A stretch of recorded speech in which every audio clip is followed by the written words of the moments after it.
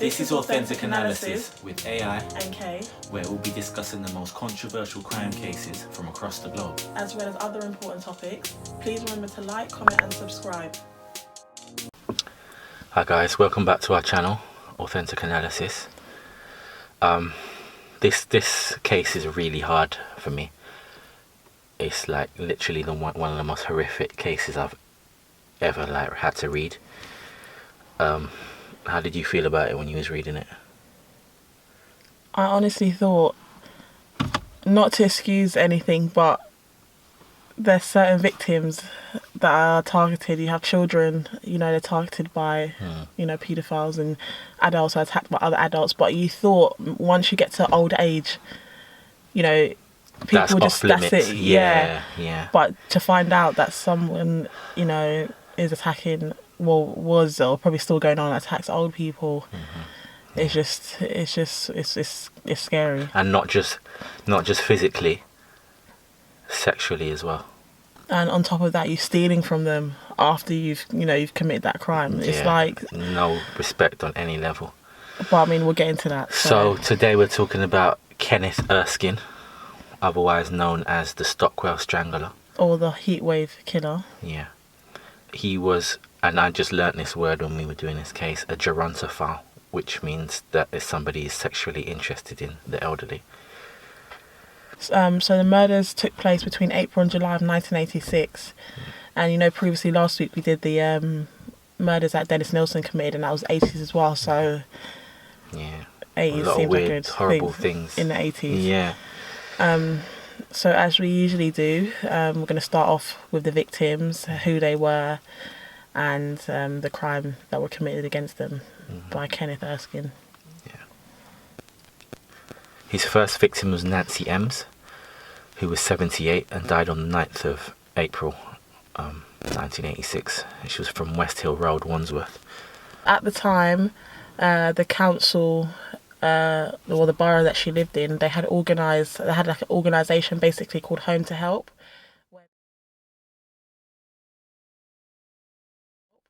where they send volunteers to help out, cook meals and clean elderly people's flat. And that's where one of the volunteers had found Nancy Ems deceased in the home. Yeah, and originally, I think we mentioned it before, but they assumed that she died of natural causes. When the Home to Help volunteer had come round to the house and they had noticed that the TV was missing, that basically just sparked off an autopsy to be redone. And that's when they noticed that there were bruises on her body and that the death was suspicious. I'm not really sure why they didn't discover that before. Yeah, because there were bruises on her body when they did the autopsy the second time. So that was a bit confusing to me. And the body by then, it's kept in different conditions, but it might have deteriorated a bit, so I'm not really sure about that. But they had discovered the bruises and whatnot after. Yeah. So they reinvestigated her death. Yeah, and luckily they did see that it was foul play. They did see that it was murder. And the police found evidence of an Afro-Caribbean hair on the bed. Yeah, hair strand. A hair strand on the bed, and also signs of strangulation and sexual assault had taken place, and that was basically just the domino effect, or the first domino in the case of his sort of how he committed the murders. Yeah, exactly. The second victim was Janet Cockett, who was 67. She died 2 months after Nancy, on the 9th of June 1986. She resided at Overton Road Estate in Stockwell. Kenneth ripped her nightdress and then folded it back neatly. There was no signs of sexual assault, but her cause of death was strangulation. And he would turn the pictures down. Or turn them around. Or cover them, which was strange to me because you're committing this horrific crime, so there is an element of guilt.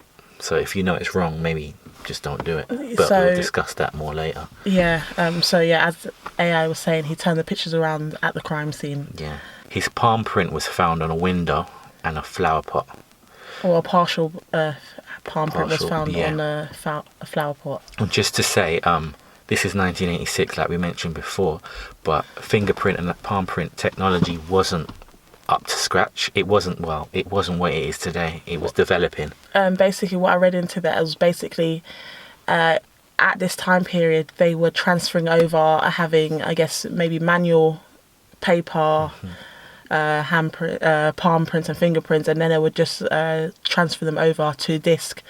So a lot of them, it was basically half and half. So some of them they might have had on paper, and some they had basically on computer. So it was just a slow process of transferring all those over. So connecting fingerprints or palm prints together would have taken a bit longer, as opposed to as it was now, because they were in the midst of going computerized everything. So it was harder to catch Erskine at the time. Yeah. So they would have had to trawl through loads of data. Like if they had someone's palm print in a database and then they found another one, they would have had to trawl through manually bit by bit, and it was really time consuming. So yeah, and we'll go back onto this, but at the time probably when Erskine had been arrested in his early adult years, everything was probably done manually. So a lot of the evidence or what was found towards him would have been hard to compare at the time, which is what we're trying to say basically. And with Janet and Nancy, although these murders happened 2 months apart, 2 different police stations were handling the cases. So you have obviously 2 police stations handling 2 different cases, and a lot of them are not cross-referencing. So a lot of things are missed. They're not linking. Yeah, exactly. And they didn't realise that it could possibly be the same killer until later on. Yeah. Which was a bit too late then, but yeah. Erskine's next victim was a man called Fred Apprentice, who was a retired engineer. He lived in a retirement home called Broadmead. He was 73 years old. And this was also on Sidders Road in Clapham, South London. Luckily for Fred, he was able to sort of try and fight off Erskine. But Erskine kept strangling him, and then letting go, and then strangling him, and then uttering the words "kill, kill, kill." While covering his mouth at the same time. Yeah. Apprentice was luckily able to raise an alarm, which alerted the staff at Broadmead, and Erskine fled.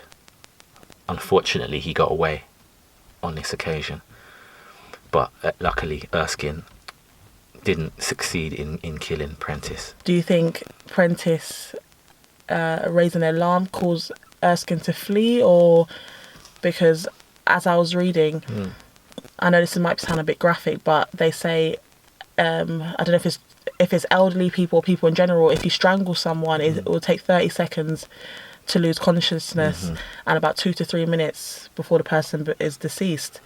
So I'm wondering, why didn't Kenneth succeed in this murder at this time, or why do you think?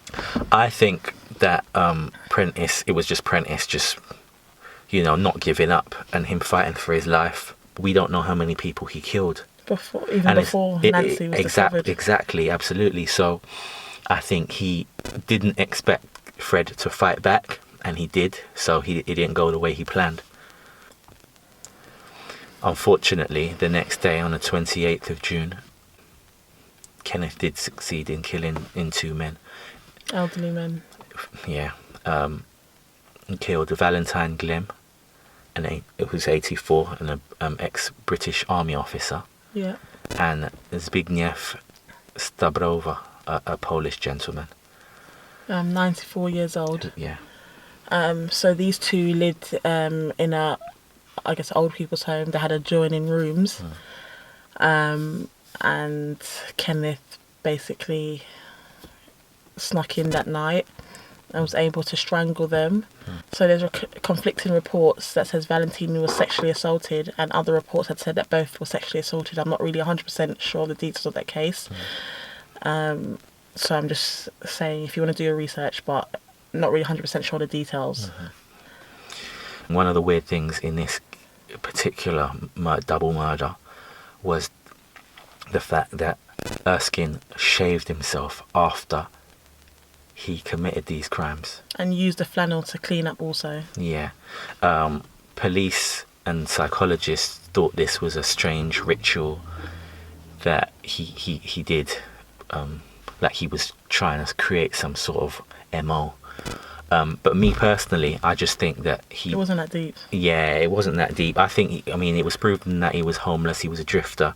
I think he was just taking an opportunity to groom himself after the fact, And personally. then by then he had already killed 2 people and attempted to kill 1. So he's on technically 3 victims and he hadn't been caught. So I just think he was getting a bit cocky and he thought, you know what, I'm not getting caught. Let me just take my time, clean myself up before I go out and do this again, basically. Yeah, yeah. Well, minus the fact that he's shaving himself and he could be leaving evidence and hairs, but Yeah, exactly. I don't know. The staff heard the electric razor and thought it was strange, investigated, but again, unfortunately, Erskine escaped, The next victim was William Carman, 82 years old. who lived at Sybil Thorndike House in Islington. This one was different. According to a lot of research and detectives, they say that serial killers tend to stay in a concentrated area. So the fact that Erskine had moved from South London and travelled, across the North Thames, London, all the way to the River Thames. And as I was reading, they said by that time they had had a lot of, probably over 250 detectives and police officers out to make sure they kept watch on all old people's homes. Yeah. And the fact that he, slipped the net and made his way to North London to commit another murder, which, I'm not going to go into too much detail, but the fact that they're saying he had mental disorder, which I don't negate, but he was very smart, because if he knows that the police are after him in South London, he's like, do you know what, I'm going to go somewhere else. So Yeah. I'll go back onto that, but I was thinking about that time. You know what? I mean, as you said that, that's always what I thought too. But could it just be some random anomaly? No way. You don't think so? To me, Because I'm going by what the law says. They're saying he had diminished responsibilities. He didn't know what he was doing. He was in his own world. He's going wherever the wind blows. Yeah. But the fact that he knows that it could be hot and he travelled to North London, unless there's something out there that we don't know, unless he was travelling to North London because he thought, there's a place I can stay in as a hostel or whatever. Yeah. The only reason why I say that is because we'll talk about this later, but he ended up going back to Stockwell Yeah. or that area. But he could have thrown them off. He could have been like, do you know what, if I do this in Islington, they might try and go there now because I might continue it there. Yeah. No, fair enough. Back to William Carman. Yeah, in the early hours of the 6th and the 9th of July, he strangled and did what he normally does. He would strangle them with one arm. One hand. One hand, sorry. And this happened at the early hours they're not really sure on the dates, but between the 6th and the 9th of July. And this one, they've highlighted the fact that he committed a burglary, which he did at Nancy's house, but he committed a burglary and took savings of about £400 to £500. Yeah. On the 12th of July, Trevor Thomas was found murdered on Jeffrey Road in Clapham. Police said he could have been dead for weeks. Unfortunately, they didn't find his body early. This one was different because they said they found his body in a bathtub. Okay, I'm surprised that Erskine didn't really move the body from the bath to the bed, to fit in with the I guess the ritual of how he did his other victims. I guess tucking them up. He didn't do that in this case. Yeah. But I think, I mean, who am I to speculate? But if Trevor was already in the bath,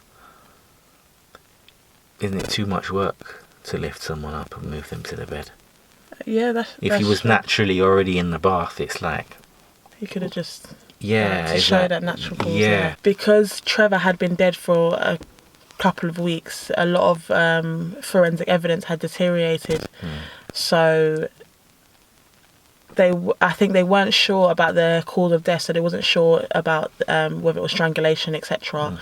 And they wasn't sure at either if sexual assault had taken place. So initially, Trevor Thomas wasn't added to the stranglers list of victims.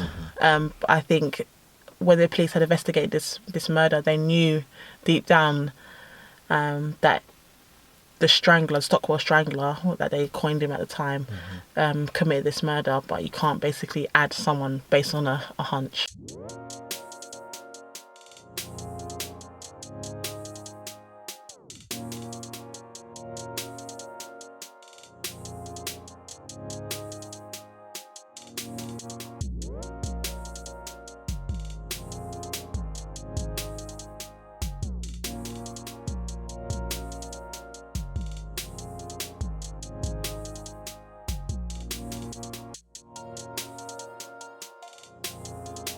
So the next victim was William Downs, 74 years old.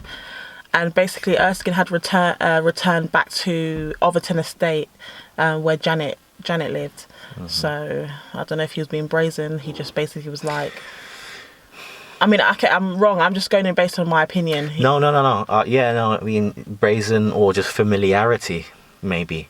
Or not caring. There's a lot of reasons why he might, but he returned back to a place where he committed a murder before. This was 8 days later from the previous murder of Trevor Thomas.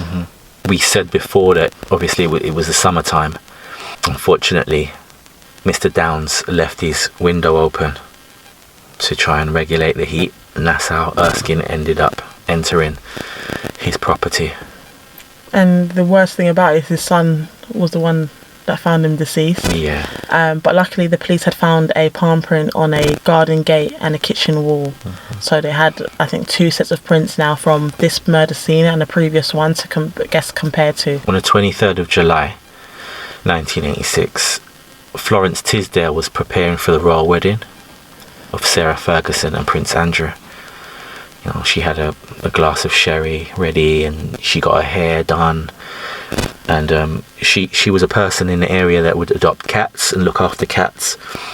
And again, unfortunately, she left her windows open so the cats could come and go. And Erskine took his opportunity. Just to add, Florence was 80 years old, from Ranelagh Gardens close to Putney Bridge. And this was Erskine's, supposedly final victim before he was apprehended. And I think it was this murder that linked all the murders together. The police eventually got round to cross-referencing all their files, and then they realised that Erskine's fingerprints and palm prints were already in the police database from previous crimes that he committed when he was a child or a younger man. So the case is moving forward. They're starting to realise who this man might be. They got the hair. They know he might be of Afro-Caribbean descent. And the similarities of the victims and how they died. Absolutely, yeah. We'll go into his childhood and his living conditions, but he was basically homeless and he squatted from place to place. He stayed in a lot of hostels. So even if the police knew it was him, it was hard to find him. How are you going to find someone with no fixed address, basically? Yeah, exactly. But they did have intelligence that he was collecting his unemployment benefit at Keyworth House in Stockwell. And then that's why they decided to apprehend him on the 28th of July. Although Kenneth was committing a lot of burglaries and it was basically known that Kenneth opened about 10 bank and building society accounts and hid about £3,000 in those accounts, and it was still collecting unemployment at the same time. Also, exactly. In the police interviews, Erskine was described to have been behaving in a strange manner, shaking his head when he meant yes and nodding when he meant no. Giggling. He was very distracted, and this was staring out the window. But this is the weird one for me: masturbating in the interrogation room, and again in court. But we'll talk about that later. Police wanted to solidify the case. Scotland Yard. So on the 11th of August, they put out photos of him to find more witnesses. So they said this was unusual. They said that wasn't something they really did. So a witness by the name of Denise Keener had come through and said she had seen someone, that she later identified as Erskine, on Putney Bridge around 11:30 at night, running, and she had seen him basically being sick on the bridge. And she said that, basically, not quoting her, but she basically said she would never forget that face because he had a really manic expression and a grin on his face that she just would never forget.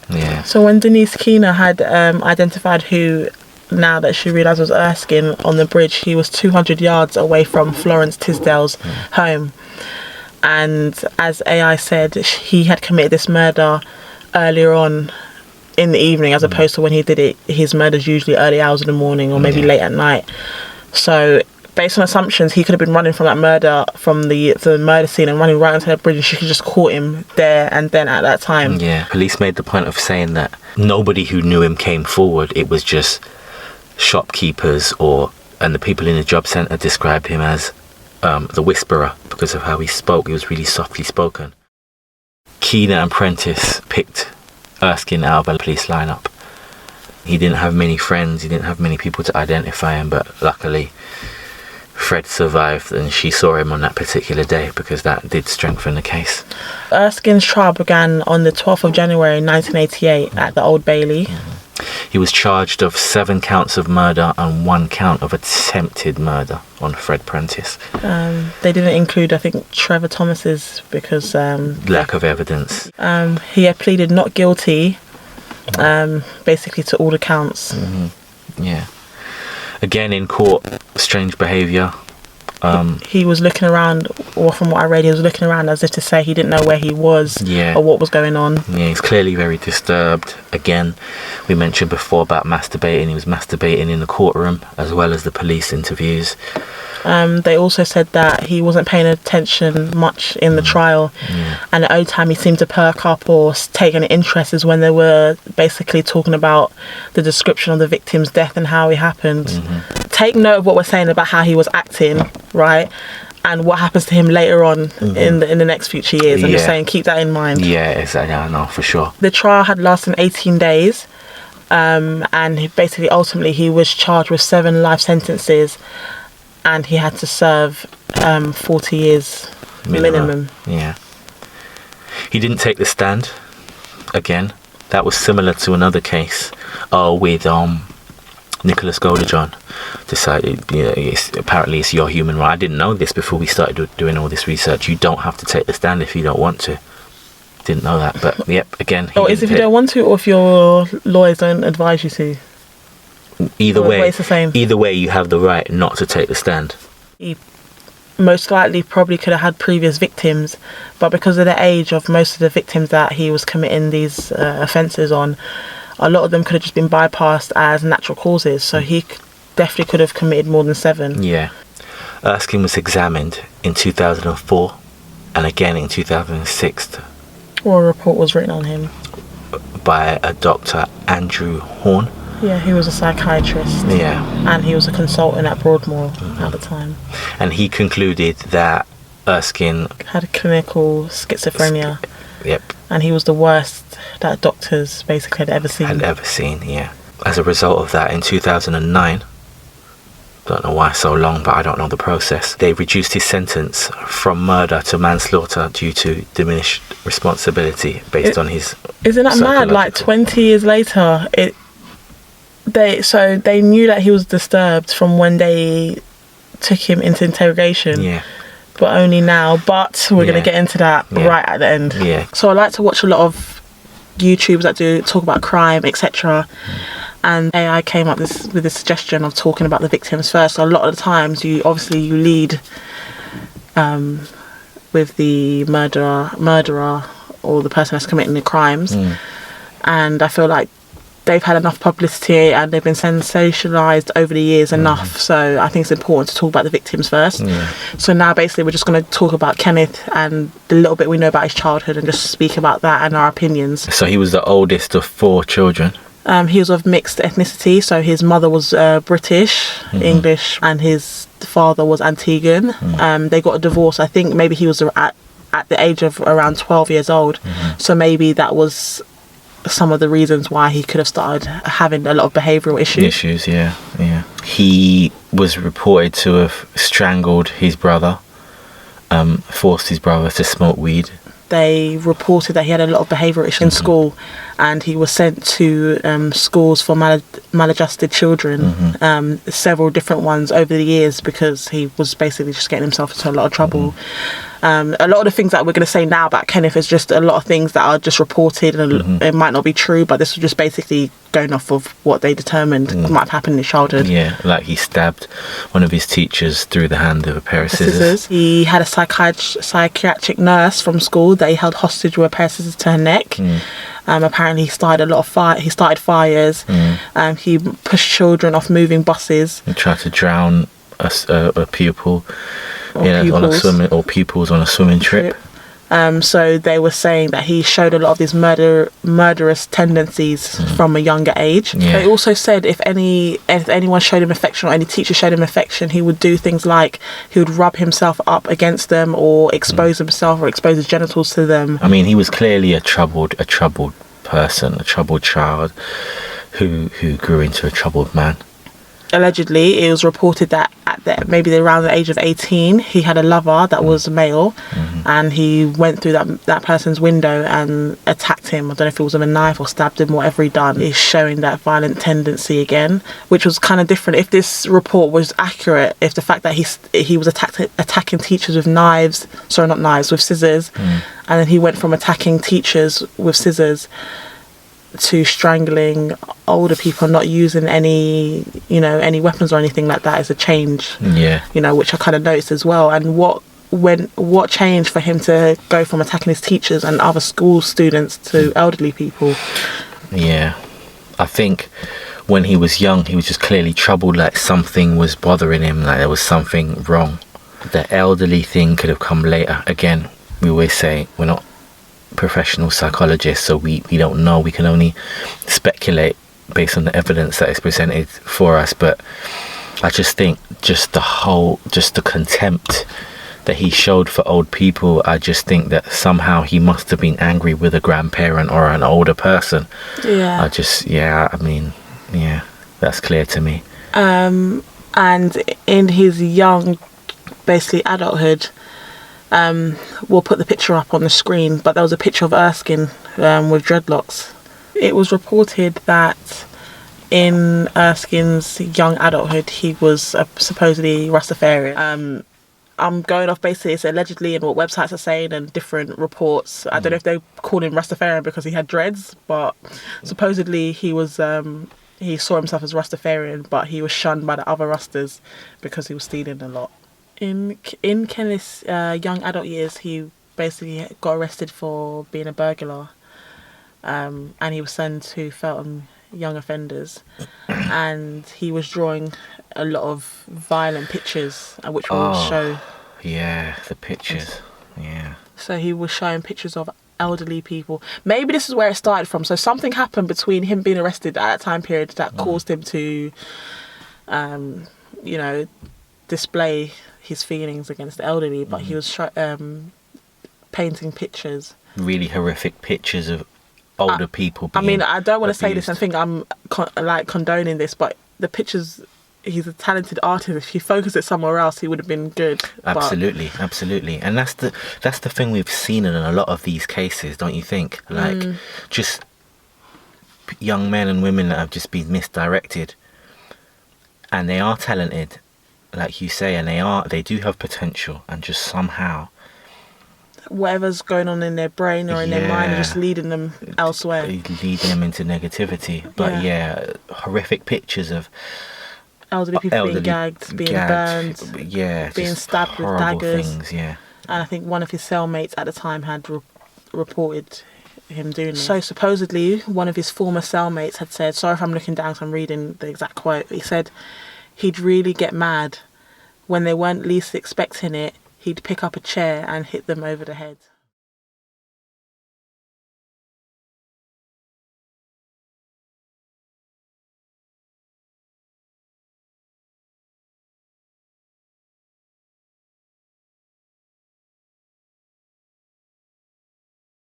So they basically were talking about his Erskine's anger.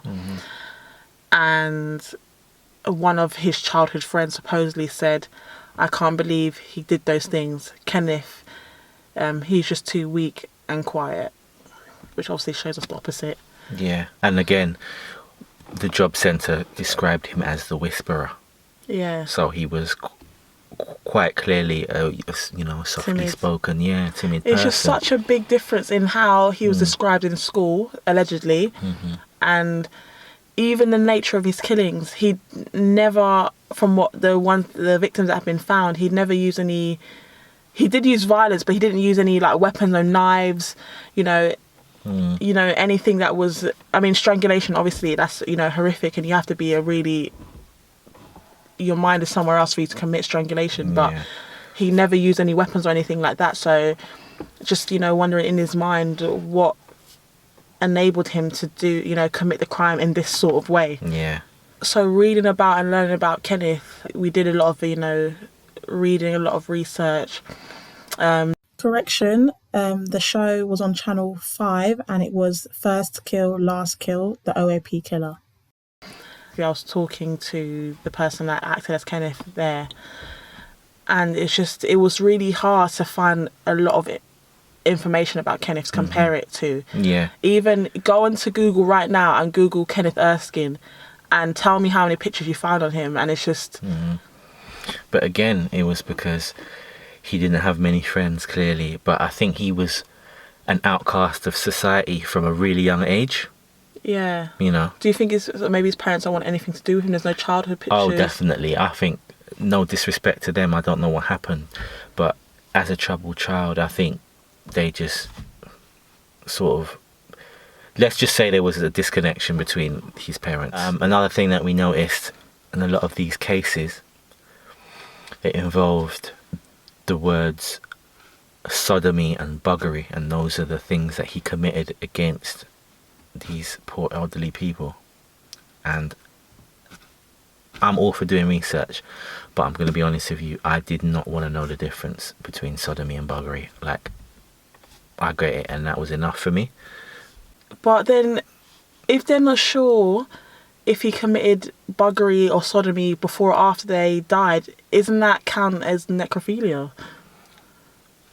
Possibly.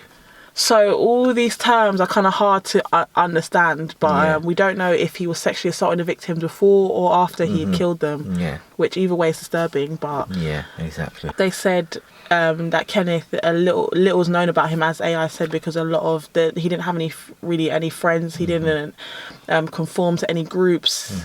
He felt shunned or, away from society. Ostracized from society, yeah, exactly. And even the victims, 2 of them were female and the rest were male, and he was committing sexual assault. So they were basically looking at his sexual orientation, whether he was gay, straight, or was he bisexual. I mean, either way, he was a gerontophile. It don't really matter, but at the same time, it does kind of pique my interest a little bit, as if to say, why did he think about who he was committing these acts against, or is it just opportunity? And to me, I've never heard anything like this before. I didn't even know gerontophilia was actually even a term. Thing. Yeah, exactly. It's so horrific that there's a word for it. And basically they're saying, because they've moved Kenneth now to a medium risk hospital, he could be released maybe in the next 8 years. Yeah. See, here's the thing for me. He clearly was disturbed. So he committed the crimes in 86. He was convicted in 88. And then in 2009, they reduced the sentence to diminished responsibility. Manslaughter. I'm okay with the diminished responsibility. The guy clearly had psychological issues. But the fact that it took so long, and also... it's just unfortunate that he wasn't diagnosed earlier. Maybe he could have got help earlier. And I find like a lot of these cases that we've been reviewing, there's mental health issues. Dennis Nilsen, no. I know he wasn't normal, but no way. Diminished responsibility, absolutely not. But other cases we've looked into, these people clearly needed help. And when you decide that it's diminished responsibility, I feel like somebody should have stepped in earlier. Yeah. But do you think that might have been due to the time period? Due to the time period, yeah, absolutely. Due to the time period, and in this specific case, due to the fact that he didn't have a family unit. So in 1996, while Kenneth Erskine was a patient at Broadmoor Hospital, he saved or helped Peter, Yorkshire Ripper Sutcliffe, from being basically killed by another inmate. So he can help killers, but he wants old people to die. You know, I shouldn't say that because, again, I totally believe he had diminished responsibility. The guy wasn't well. He was hearing voices and stuff, and not for 1 second will I take that lightly. Because obviously, it's just unfortunate. When you don't have a disorder, you don't have a mental illness, you don't know what it's like for someone to hear voices or to feel like someone's telling them what to do. But at the same time, I'm really finding it hard to understand how, okay, he's already, he from 1988, so 1988, 1998, 2008, 2018, he's been there 40 years. They think it's going to be a good idea to release him back into society. He's had 40 years, one long stint inside, minus him being at a medium risk prison or hospital, and before, in his younger years, he was in prison maybe for a bit. So he's going to be released back into society at the age of 65 plus. How is he going to rehabilitate, or how is he going to fit in back in society if he's never been... He never felt like he was accepted in society in the first place? I don't understand how that's going to work. Where is he going to go? Are they planning to get him back to work? Because he's not going to be at he'll be at retirement age. How old is retirement age? Well, between 62 and 65, I believe. So are they going to put him on a pension? How is he, as Kenneth Erskine, going to come back out and say, do you know, I'm ready to be back out again? He's not going to be working. Because by then he'll be technically he'll be a pensioner, ironically. So how are they going to make this work? Because the way that they're describing him, based on, you know, what we've watched and what we've read, they said he was really disturbed, and I don't know what it's like to go to a mental hospital and they, you know, they give you all this medicine and all this to try and rehabilitate you, but it just, to me, sounds really... I agree with you. The thing for me is that they reduced his sentence to diminish responsibility, so he gets less time. But for me, well, he has to serve a minimum 40 years, so they didn't really reduce it. Okay, so he doesn't serve less time. It's just diminished responsibility with the same amount of time. It could be, because he said 7 life sentences with 40 years minimum, so he's done the 40 years minimum. Right. Okay. Well, then that's fine. That sort of, but because I was confused about.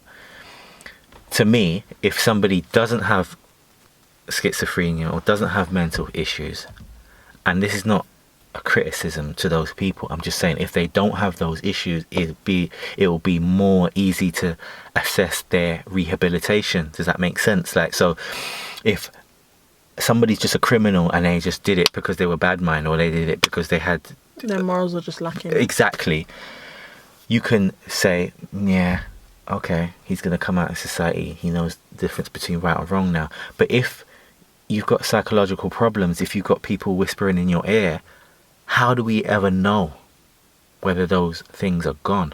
Realistically.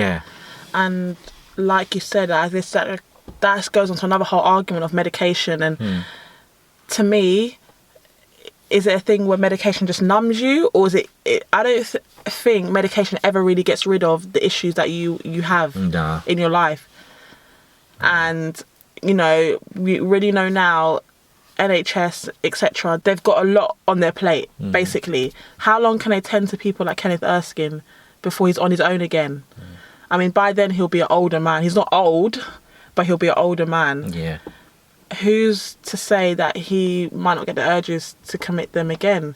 Is he really sitting there thinking, do you know what, the people that I commit these murders against, this is me now, because I'm at that age, because his youngest victim was 67. Well, and no, that makes a good point. That is one good thing that in the bigger scheme of things, that is a positive, because maybe he's this old, he's able to reflect on that and think, oh my God, what a horrible thing I used to do to people of my age. But does he though? Basically, we just wanted today to have our video was on Kenneth Erskine, basically just looking into his mind and analysing him and seeing my opinions. My opinion is I don't think he should be let back into society yet. Hopefully their diagnoses are accurate, even though I'm not so sure about the process and the time it took them to diagnose him. But just hopefully the justice system works on this occasion, and they know what they're talking about. Exactly, and when they do release him, he does fit back into society and there are no more victims. I mean, it has been a lot of time. We'd like to know what you guys think. Comment, tell us what you think. Anything we've left out, anything you think we should have included. Thanks for all the likes, shares and subscribes, guys. But this is a new YouTube channel, so again, if you haven't already subscribed, we really need you to subscribe and press that like button. That like button and the bell. Press the bell. So when we have new videos, exactly, please do that for us. We're trying to get to 100 subscribers. It's not a lot. And if you have any serial killers, any killers, anyone that you want us to talk about, leave it in the comments, and we will definitely get onto that. Definitely.